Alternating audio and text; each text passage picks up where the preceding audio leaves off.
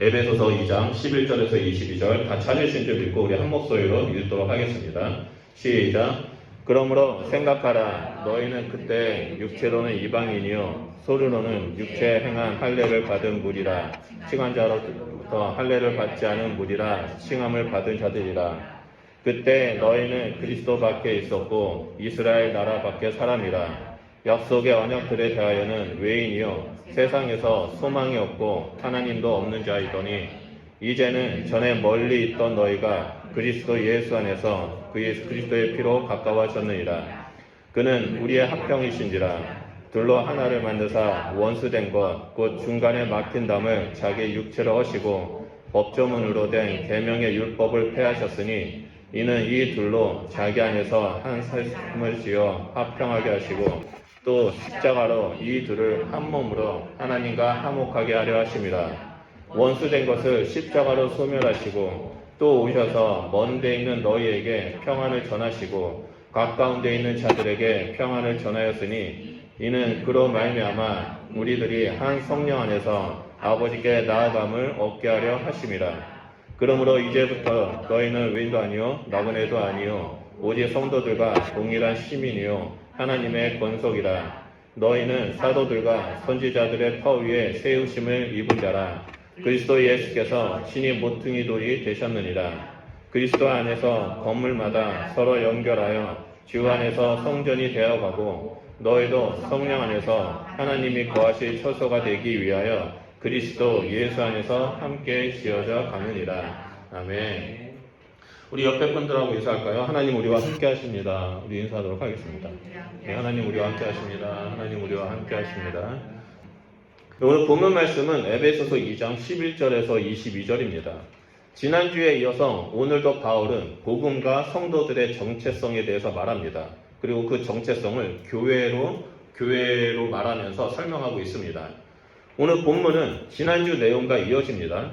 그뿐만 아니라 바울은 지난주 본문 말씀과 동일한 구조로 복음의 참된 의미를 말하고 있습니다. 지난주 말씀을 잠깐 살펴보면 다음과 같습니다. 에베소 교회가 성장하면서 많은 사람들이 교회 안에 유입이 되었지만 여러 가지 문제점들이 나타나기 시작했죠. 교회에는 온전히 복음을 쫓는 사람들도 있었지만 세상과 믿음 가운데, 말씀 가운데, 세상 가운데 양다리를 거치는 사람들이 있었습니다. 바울은 그들에게 복음을 온전히 이해하고 따르도록 복음에 대해 과거, 현재, 그리고 성도의 삶을 통해 복음을 가르쳤습니다.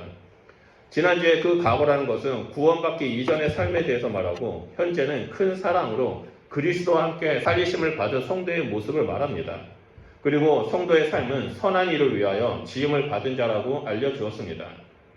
바울은 한 개인이 복음을 듣고 믿음으로 구원에 이르는 그 과정을 하나님과의 관계, 하나님과 화목을 이루는 수직적인 구원의 측면을 설명을 했습니다. 그리고 오늘 본문 말씀은 이웃과의 관계 회복에 대한 이웃과 화목을 이루는 수평적인 구원의 측면에 대해서 말하기 시작합니다. 지난주와 오늘 본문 말씀을 합쳐본다면 구원은 하나님과 나와의 관계뿐만 아니라 이웃과 나와의 관계까지 다 포함되고 있음을 볼 수 있습니다. 결국 예수님께서 우리에게 주셨던 새 계명인 하나님을 사랑하고 이웃을 사랑하라는 메시지가 구원의 완성을 이루어준다는 사실을 우리는 오늘 본문 말씀을 통해서 알 수 있습니다. 그런데 오늘날 많은 분들이 구원을 예수 믿고 천국에 가는 것이라고 여기는 분들이 있습니다. 그래서 하나님과의 나와의 관계에서는 열심히 신앙생활을 합니다. 예배도 열심히 드리죠. 기도도 많이 하고 말씀도 많이 보고 그렇습니다. 사람들과 관계 회복에 대해서는 무관심합니다.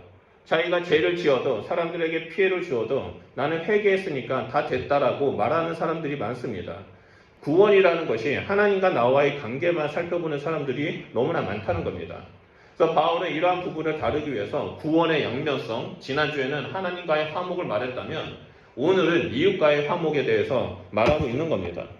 사실 이러한 메시지는 바울만 전하는 것이 아닙니다. 사도들이 동일하게 하나님의 사랑, 이웃의 사랑이라는 메시지를 많이 다뤘습니다. 대표적인 인물이 사도 요한이죠. 하나님은 사랑이시다라고 선포하면서 서로 사랑하라라고 가르쳐 주었습니다. 초대교회 수장인 야고보는 너희가 구원받은 믿음이 있느냐? 그러면 그 믿음을 행함으로 나타내라라고 말하였습니다. 그런 것처럼 바울은 오늘 본문 말씀에서 하나님과 화목하게 된 구원받은 성도들은 이웃과 서로 화목해야 한다라고 가르쳐주고 있습니다.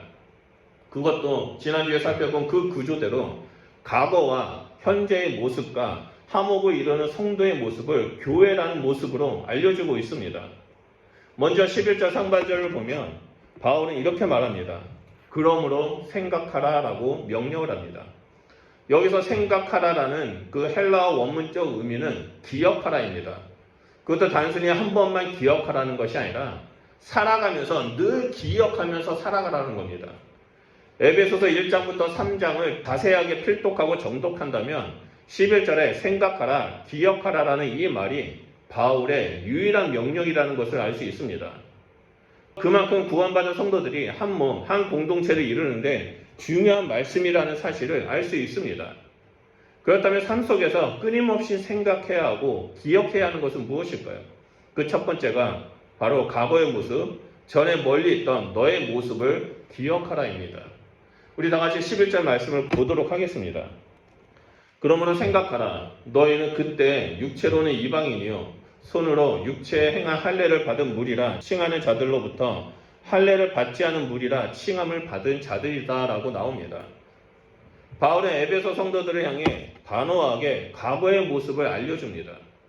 여기서 육체를 행한 할례를 받은 무리라 칭하는 자들은 유대인이고 그리고 이 할례를 받지 않은 무리는 이방인입니다. 할례는 하나님께서 아브라함과 언약을 맺으시고 그 언약의 증표로 주신 것이죠. 이 할례를 통해서 유대인들은 하나님의 백성이라는 정체성을 가지고 살아갔습니다. 따라서 이방인들은 육체적으로도 이방인이고 영적으로도 이방인이라는 그 사실을 말해주고 있습니다. 여기서 재미있는 표현이 있습니다. 그것은 손으로 육체를 행한 할례를 받은 무리라 칭하는 자들과 할례를 받지 않은 무리라 칭함을 받는 자들이다 라는 표현입니다. 그냥 할례를 받은 무리와 할례를 받지 않은 무리라고 이렇게 쉽게 말해도 되는데 굳이 칭하는 자들, 칭함을 받는 자들이라는 표현을 넣어서 바울은 설명합니다. 이 표현은 당시 이방인과 유대인의 갈등을 우리가 봐야지만 이해할 수 있습니다. 이방인들과 유대인들은 서로 경멸하고 죽일 듯이 싸웠습니다. 유대인들은 이방인을 개 취급했죠. 사람 취급하지 않았습니다. 벌레 취급했습니다. 유대인과 눈을 마주치는 그 순간에 자신들이 부정하다라고 여겨졌다고 생각을 했습니다. 그래서 그들과 같이 한 공간에 있지도 않았고 그들과 대화도 하지 않았고 그들을 개보다 못한 취급을 하면서 무시했습니다. 그래서 할례를 받지 않은 자들이라고 경멸했던 겁니다. 그러다 보니까 이방인들은 그에 대한 반응으로 유대인들에게 할례는 불필요한 것이고 혐오스러운 것이다라고 여겼습니다. 이방인들은 유대인들에게 육체에 행한 할례를 받은 무리다라고 칭했다는 거죠. 그래서 서로를 이 할례를 중심으로 해서 서로를 비웃고 경멸했던, 조롱했던 그 표현이 칭함을 받은 자라는 그런 표현입니다. 이방인과 유대인을 나누는 이 기준이 되는 할례를 바울은 손으로 육체를 행한 것이라고 말합니다. 이것은 그냥 외적인 증거뿐이라고 말한 것입니다. 이 이방인들은 하나님의 언약이 없는 자입니다. 오직 유대인에게만 하나님의 언약이 있습니다. 그렇기 때문에 이방인들은 하나님으로부터 멀어지는 심각한 문제가 있었습니다. 그들은 단순히 외적인 증거인 할례를 거부하는 것이 아니라 하나님과 멀어진 자들이고 본질상 진노의 자녀였습니다. 이런 이방인의 특징에 대해 바울은 12절에 5가지로 보여줍니다. 12절 말씀을 보면 그때는 너희는 그리스도 밖에 있었고 이스라엘 나라 밖에 사람이고 약속의 언약들에 대하여 외인이고 세상에 소망이 없고 하나님도 없는 자더라라고 말하고 있습니다. 여기서 그리스도 밖에 있었고 라는 말은 이스라엘 나라 밖에 사람이라는 겁니다. 약속의 언약들에 대하여 외인이라는 말은 하나님의 주권적인 선택의 은혜를 누리지 못했다라는 것을 말합니다. 그래서 하나님의 사랑이 전혀 모르는 그런 사람이라는 뜻이죠. 그 결과 이 이방인들은 세상에 소망이 없게 됩니다. 하나님이 없다라고 여기는 사람들입니다. 과거에 전에 멀리 있었던 이 이방인들의 모습이 바로 하나님과 상관없는 사람들, 하나님의 은혜를 누리지 못한 사람들, 하나님의 사랑이 없는 사람들, 소망도 없는 사람들, 하나님과 멀어져 살아가는 그 사람들이라는 것을 바울은 말하고 있습니다. 어떻게 보면 이방인으로 태어났기 때문에 이런 일들을 경험하게 되는 것이 억울하다라고 느낍니다. 제가 YM에 있었을 때 사람들을 훈련시켰을 때 꼭 이런 질문을 받은 적이 있었습니다. 그러면 한국에 있는 사람들은, 예수님이 오셨을 때 한국에 있는 사람들은 예수님의 그 복음을 듣지 못했는데 지옥에 갑니까? 천국에 갑니까? 너무 불공평한 거 아닙니까? 라고 말할 수 있다는 거죠. 유대인으로 태어났다면 이런 일들을 경험하지 않을 텐데라고 생각한다는 겁니다. 하지만 이러한 생각은 계변이고 핑계라고 바울은 말합니다. 바울은 로마서 1장 19절에서 20절에 이는 하나님을 알만한 것이 그들 속에 보임이라. 하나님께서 이를 그들에게 보이셨느니라. 창세로부터 그의 보이지 아니하는 것들, 곧 그의 영원하신 능력과 신성이 그가 만드신 만물에 분명히 보여 알려졌나니 그러므로 그들이 핑계하지 못할지니라 라고 말했습니다. 이방인으로 태어났다 할지라도 조금만 눈을 올리면 하나님을 알 수 있었습니다. 이방인들이 하나님을 멀리하고 있었던 것은 그들이 스스로 선택한 것입니다. 그 결과 하나님이 주신 특별한 은혜와 축복에서 멀어지게 되었습니다. 소망이 없이 하나님도 없이 영원한 죽음의 그 길로 걸어가게 되었습니다. 이 모습이 바로 전에 이방인이었던 우리들의 모습인 겁니다. 이러한 과거에 멀리 있던 모습을 해결할 수 있는 것은 아무것도 없습니다. 오직 이 땅에 오신 예수 그리스도의 보혈만이 우리를 구원하시고 하나님과 이웃 사이에 화목을 이루게 하신다는 겁니다. 그래서 바울은 둘째로 이제 그리스도 안에서 그리스도의 피로 가까워졌다라고 말합니다. 13절 말씀입니다. 이제는 전에 멀리 있던 너희가 그리스도 예수 안에서 그리스도의 피로 가까워졌느니라. 말씀을 보면 몇 가지 궁금한 게 생깁니다. 그것은 이방인인 우리가 누구에게 가까워졌고 그리스도의 피로 어떻게 가까워졌는가입니다. 먼저 누구에게 가까워졌는가에 대한 질문을 살펴보겠습니다. 이제부터 이제 본문 말씀 구절을 계속 찾아갈 텐데 여러분 그것을 헷갈리지 않고 잘 따라오셔야 됩니다. 바울은 이방인이 누구와 가까워졌는지에 대해서 이렇게 설명합니다. 14절에 그는 우리의 화평이시니라 둘로 하나로 만드사라고 나옵니다. 그리고 15절에 이 둘로 자기 안에서 한 세 사람을 지어 화평하게 하시고라고 말합니다. 여기서 세 사람을 지어라는 말은 형질을 변화시켰다는 말이 아닙니다. 중고를 아무리 깨끗이 닦아도 그것은 새과 같은 중고이죠. 여기서 세 사람을 지었다라는 것은 새롭게 창조하셨다는 겁니다. 그리고 또 16절에 이 둘을 한 몸으로 하나님과 화목하게 하려 하심이라라고 나옵니다. 방금 우리가 살펴봤던 14절, 15절, 16절에 공통적으로 나오는 단어가 있습니다. 그 단어는 바로 둘입니다. 둘을 하나로, 둘을 세 사람으로, 둘을 한 몸으로 하나님께서 새롭게 창조하셨다는 겁니다. 그리고 이 둘의 정체에 대해서 17절에 먼 데 있는 너희와 가까운 데 있는 자들이라고 밝힙니다. 지금까지 살펴본 것처럼 먼 데 있는 자들은 율법과 하나님으로부터 멀어진 이방인을 말합니다. 가까운 데 있는 자들은 유대인을 말합니다. 이 이방인과 유대인들이 18절에 성령 안에서 아버지께로 나아감을 입었다라고 말합니다. 그렇다면 이방인과 유대인들이 어떻게 가까워졌습니까? 이에 대한 대답은 바울이 13절에 예수 그리스도의 피로 가까워졌다라고 말합니다. 그리고 예수 그리스도가 14절에 서로 원수된 것, 그 중간에 막힌 담을 자기의 육체로 무너뜨렸다라고 말합니다. 이방인과 유대인들은 서로 원수된 자들이었습니다. 서로 원수가 되었다는 것을 보여준 것이 대표적인 게 중간에 막힌 담입니다. 이 중간에 막힌 담은 하나님이 머무시는 그 예루살렘 성전에 놓여진 담을 말합니다. 예수님이 오시기 전에 하나님의 임재 가운데 들어가기 위해서는 예루살렘 성전으로 들어가야만 했습니다. 하지만 예루살렘 성전에는 여러 가지의 뜰과 담이 있어서 모두 다 하나님의 임재 가운데 들어가지 못했습니다. 여인들은 여인들의 뜰 앞에 놓여진 중간에 막힌 담이 있어서 넘어가지 못했고 이방인들은 이방인의 뜰에 놓여진 막힌 담이 있어서 넘어가지 못했습니다. 역사학자 요세푸스의 기록에도 그리고 고고학자들이 발굴한 예루살렘 성전 담에도 이러한 증거들이 기록되어 있습니다. 고고학자들이 예루살렘 성전 돌을 발굴하다가 성전 입구에 한 돌에 경고문이 씌어진 것을 발견했습니다. 그 경고문에는 이방인은 이 담을 지나쳐서 성전 뜰 안에 들어올 경우 죽임을 당할 것이다 라는 무시무시한 경고문이었습니다. 실제로 사도행전 21장을 보면 유대인들이 바울이 이방의 드로미모를 데리고 성전에 들어왔다라고 착각을 해서 죽이려고 하는 시도가 있었던 것을 볼 수 있습니다. 이런 것처럼 성전의 중간담은 이방인과 유대인이 서로 원수라는 상징이고 분열의 상징이었습니다. 그런데 예수님께서 이 땅에 오심으로 말미암아 중간담을 허무셨습니다. 성소의 휘장뿐만 아니라 이 중간에 있는 담을 허무셔서 성령 안에서 유대인이나 이방인이나 모두 하나님의 임재 가운데 나오도록 하셨습니다.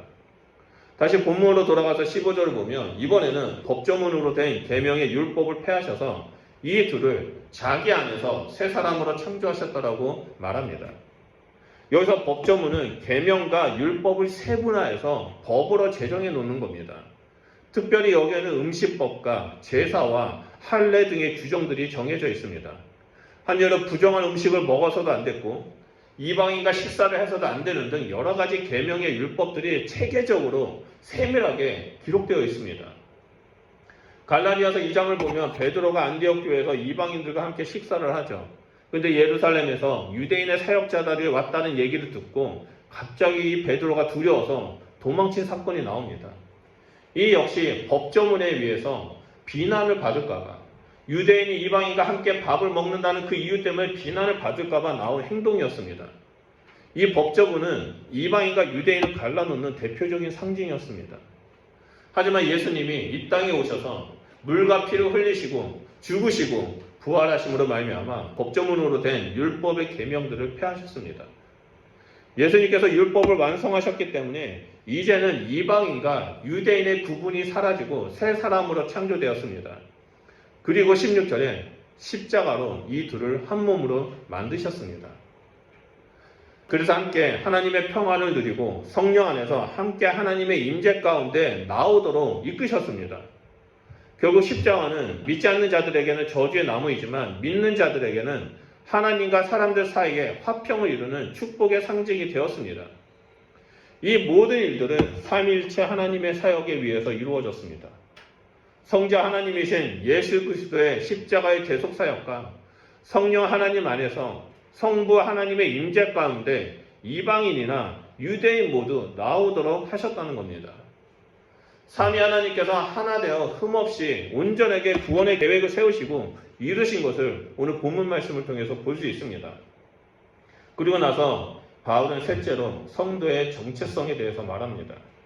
19절 말씀입니다. 이 19절 말씀은 성도의 정체성에 대한 내용이니까 우리 함께 읽도록 하겠습니다. 시작. 그러므로 이제부터 너희는 외인도 아니요 나그네도 아니요 오직 성도들과 동일한 시민이요 하나님의 권속이라. 아멘. 여러분 믿으십니까? 이방인이었던 우리는 외인도 아니고 나그네도 아니며 오직 성도들과 동일한 하나님의 시민이요 하나님의 권속이라고 말합니다. 예수님 믿기 전에는 그리스도 밖에 있었고 이스라엘 나라 밖에 있었던 사람이고 약속의 언약에 대해서는 외인이고 세상에서 소망도 없이 하나님 없이 살아가던 우리가 예수님을 믿음으로 말미암아 하나님의 시민이 되고 하나님의 권속이 되었습니다. 여기서 하나님의 시민이라는 것은 하나님의 백성이 되었다라는 거죠.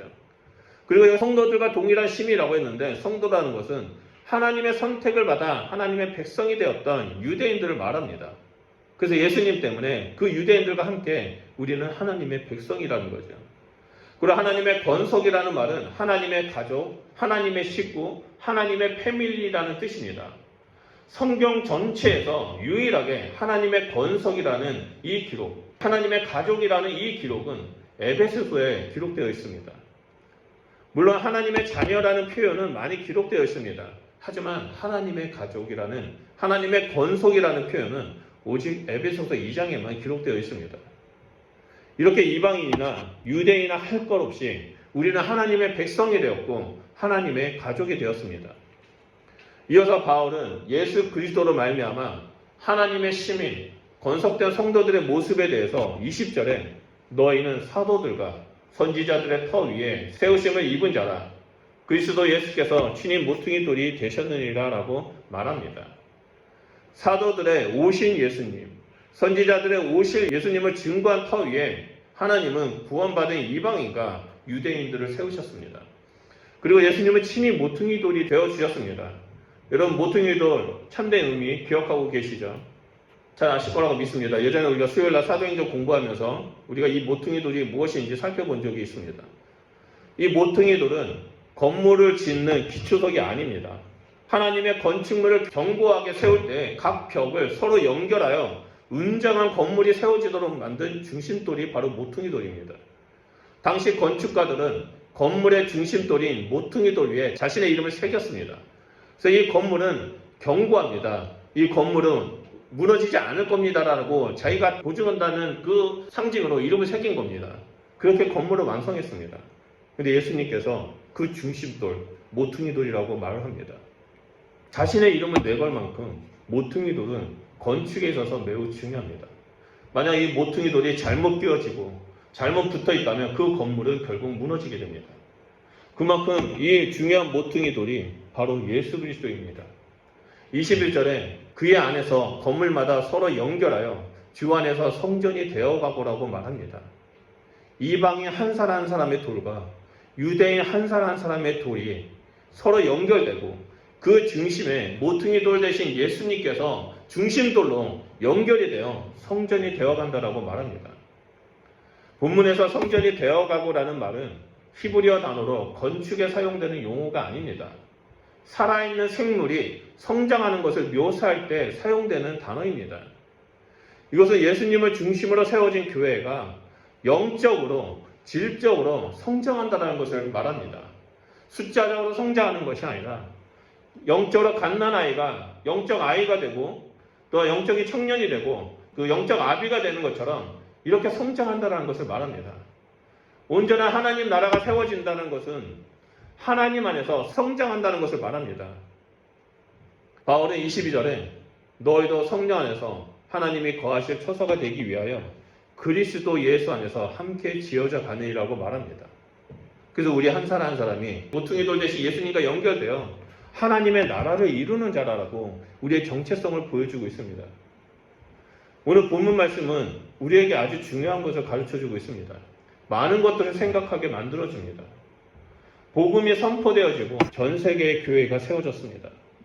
분명 삼위일체 하나님이 우리를 구원하신 목적은 하나님과 화목해 되는 것과 이웃과의 화목을 위해서입니다. 하나님의 백성된 자로서 하나님을 사랑하고 이웃을 사랑하라는 그 계명을 지키기를 원하고 계십니다. 그래서 이방인과 유대인이 원수되었던 그 자들을 그리스도 안에서 하나 되도록 하나님은 만드셨습니다. 그런데 교회인 우리가 서로 한 몸이 되지 못하는 일들이 일어나고 있습니다. 모퉁이 돌이 되신 예수님을 중심으로 우리가 하나의 돌이 되어 연결되어야 하는데 우리가 그 모퉁이 돌 되신 예수님과 연결되지 못하고 있습니다.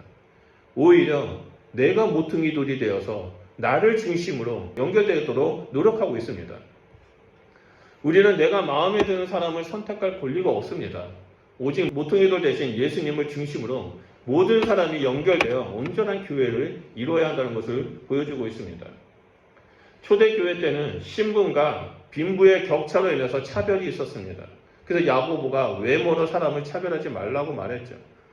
여러분 조선시대 때에는 양반과 백정이 그리고 남자와 여자가 서로 나뉘어져서 가운데 커튼을 치고 예배를 드린 적이 있습니다. 이 차별을 받던 사무엘 포메 무어 선교사님이 한국 이름으로는 모삼률 선교사입니다. 그리스도 안에서 화목을 이루어야 되고 화평을 이루어야 된다고 가르쳐주기 시작했습니다. 그리고 1893년에 처음으로 양반과 백정이 신분의 차이를 없애고 함께 섞여서 예배를 드리기 시작했습니다. 이것이 바로 하나된 공동체로서 시작된 하나님의 교회, 한국 교회입니다. 그런데 시간이 지나면서 교회에는 분열이 일어나기 시작했습니다. 분명 예수님께서는 자신을 희생하셔서 중간에 막힌 담을 무너뜨리고 법조문으로 된 계명의 율법을 폐하셨는데 인간은 그 무너진 담을 다시 하나하나 세우고 있습니다. 하나님은 분명 우리에게 너희는 모퉁이 돌 대신 예수 그리스도와 연결되어 하나님이 거하시는 처소를 세우는 자라고 말씀하셨는데 다시 중간에 막힌 담을 세우고 법조문을 들이대고 있습니다. 이것이 오늘날의 교회의 문제점입니다. 이런 상황 속에서 우리는 기억해야만 합니다. 이전에 구원받기 이전에 육체에 속한 이방인의 모습이었던 우리의 과거의 삶을 기억해야만 합니다. 그래서 예수님께서 하나님께서 우리를 어떻게 구원하셨고 하나님과 어떻게 화목을 이루게 하셨고 이웃과 어떻게 화목을 이루게 하신 그 하나님을 기억해야만 합니다. 또한 그리스도 예수 안에서 우리 모두가 새 사람으로 창조되었고 한 몸이 되었다라는 사실을 우리는 기억해야만 합니다. 성령 안에서 함께 하나님 앞에 나아가는 자라는 사실을 우리는 기억해야만 합니다. 그래서 예수 그리스도처럼 나를 희생하고 함께 세워져서 하나님의 나라를 세우는 자가 되어야만 합니다. 하나님의 처소 성전이 되는 자가 되어야만 합니다. 그럴 때 예수님이 말씀하신 것처럼 성전된 우리는 음부의 권세가 우리를 이기지 못하게 될 것입니다. 오늘 함께 예배드리는 성도님들은 화목을 이루는 자로 부르심을 받았다는 것을 기억하시길 바랍니다. 그래서 이 땅에서 믿음의 길을 걸어가는 자가 되어 화목을 이루는 자, 화평케 하는 자가 되길 주님의 이름으로 축원드립니다. 성경은 이렇게 말했습니다. 예수님은 우리에게 화평하는 자는 복이 있나니 저희가 하나님의 아들이라 일컬음을 받는 그 축복을 너희가 누리게 될 것이라고 말씀하셨습니다. 그 축복이 우리의 삶 가운데 나타날 줄 믿습니다. 우리 말씀을 기억하면서 좀 기도했으면 좋겠습니다. 하나님, 이 땅에 교회된 우리가, 하나님의 성전된 우리가 하나님 안에서, 믿음 안에서 더욱더 굳건히 설 수 있도록 우리 가운데 성령으로 충만케 해주십시오. 예수 그리스도의 보혈로 다시 한번 우리가 화목히 되는 자가 되게 해주십시오. 화평을 이루는 자가 되게 하십시오. 하나님, 이 땅에서 화평케 하는 자는 복이 있다라고 말씀하셨는데, 하나님의 아들이라고 일컬음을 받는다라고 말씀하셨는데, 우리의 삶이 그러한 자가 되게 해주십시오. 그래서 세상 사람들 가운데 참된 교회의 모습, 참된 성도의 모습이 이것이라고 알리는 자가 되게 해주십시오. 우리를 통해 이 땅에 하나님 나라가 세워지게 해주십시오. 우리를 통해 하나님의 부흥이 나타날 수 있도록 하나님 역사하여 주십시오라고 우리 이 시간에 다시 한번 주여 삼창하며 기도하도록